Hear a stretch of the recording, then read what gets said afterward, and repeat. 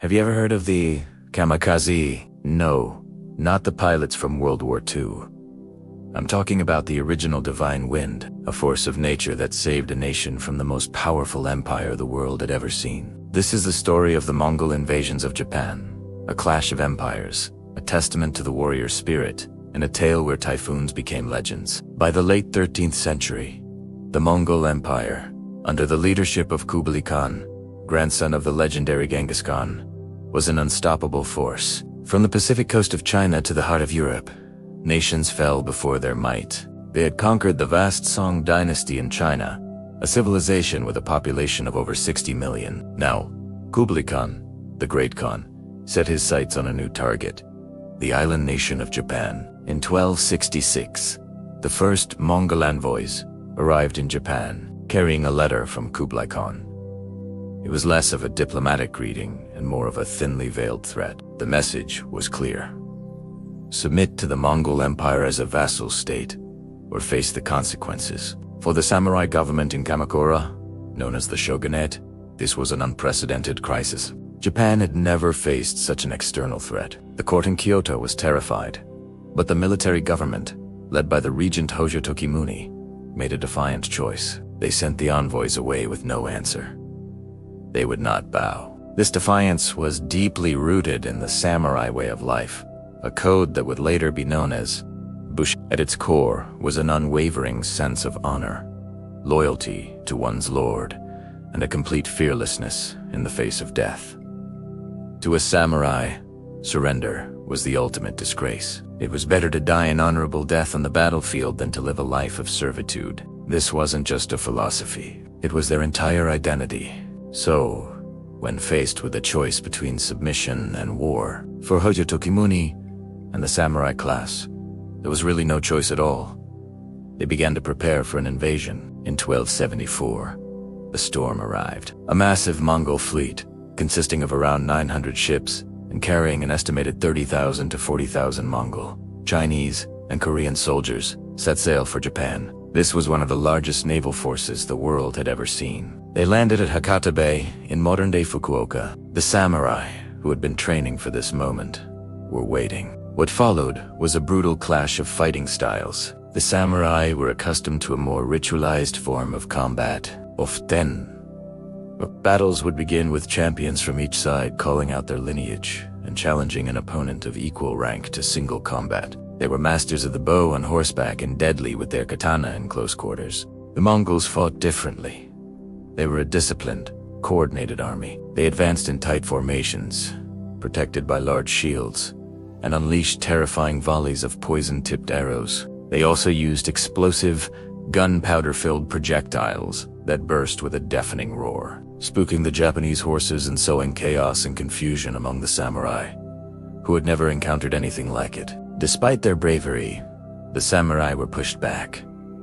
The Mongol forces were simply overwhelming. The initial fighting was fierce, but the Japanese defenders were forced to retreat from the beaches to an inland fortress. It seemed as though the invaders would sweep through the island. The situation looked dire. But then, as night fell, something unexpected happened. The weather began to turn. A powerful storm, a typhoon, began to brew. The Mongol commanders, wary of being trapped on land and fearing their ships would be smashed against the shore, made a fateful decision. They ordered their entire fleet to pull back into the open sea to ride out the storm. It was a catastrophic miscalculation. The typhoon slammed into the fleet with unimaginable fury. The winds howled, and the waves rose like mountains. The Mongol ships, many of which were flat-bottomed riverboats repurposed from the conquest of China, were not built for the open ocean. They were tossed about like toys. Ships collided, broke apart, and sank. By the time the storm passed, it was a scene of utter devastation. It's estimated that a third of the Mongol fleet was destroyed, and thousands of soldiers drowned. The battered remnants of the invasion force limped back to the mainland. Japan was saved. The Japanese, seeing the storm as a sign of divine intervention, called it the Kamikaze, the divine wind. For Kublai Khan, this was not just a defeat, it was a personal humiliation. He refused to accept it. Convinced that the first invasion failed due to bad luck and poor command, he immediately began planning a second, even larger invasion. This time, there would be no mistakes. The Japanese, for their part, knew the Mongols would be back. They didn't just thank the gods and hope for the best. They spent the next 7 years in a frantic state of preparation. Under the direction of the shogunate, they constructed a massive stone wall, over 20 kilometers long, along the coast of Hakata Bay.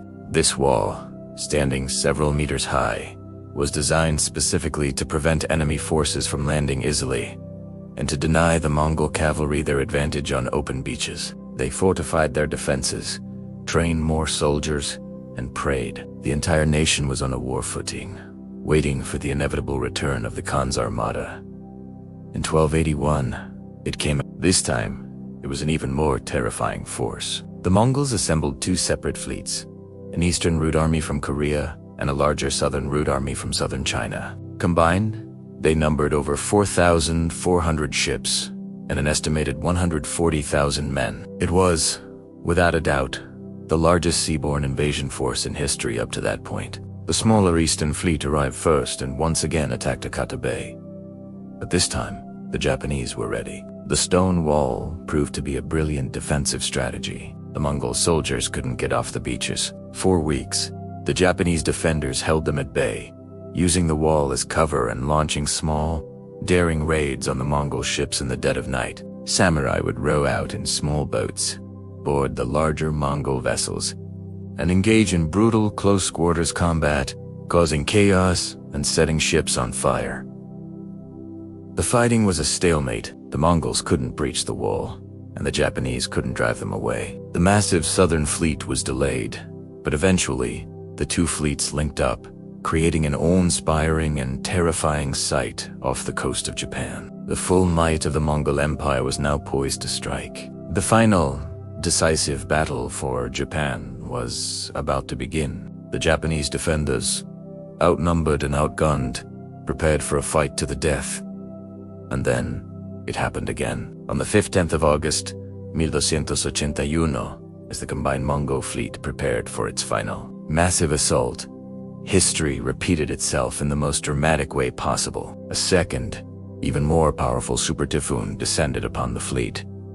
This was the second Kamikaze. For 2 days, the storm raged. The sheer number of ships packed into the bay became their undoing. They were smashed against each other and against the rocky coastline. The fleet was annihilated.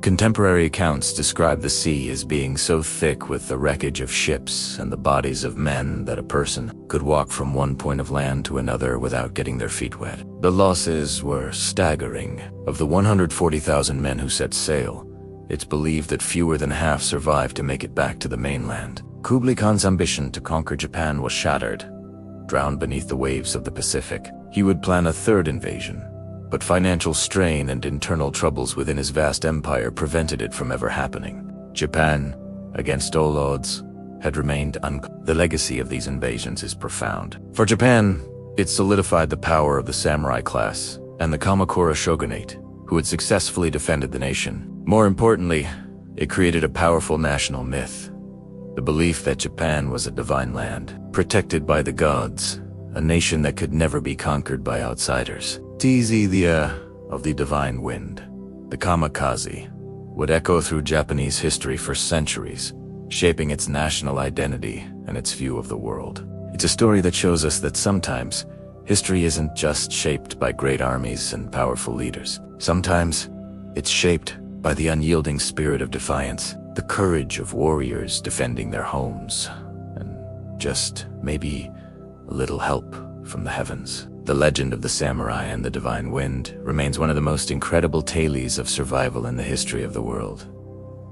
Thank you so much for watching. If you enjoyed this journey into the past, please hit that like button, subscribe to the channel, and ring the bell so you don't miss our next historical adventure. Let us know in the comments what other epic stories you'd like to see. Until next time, stay curious.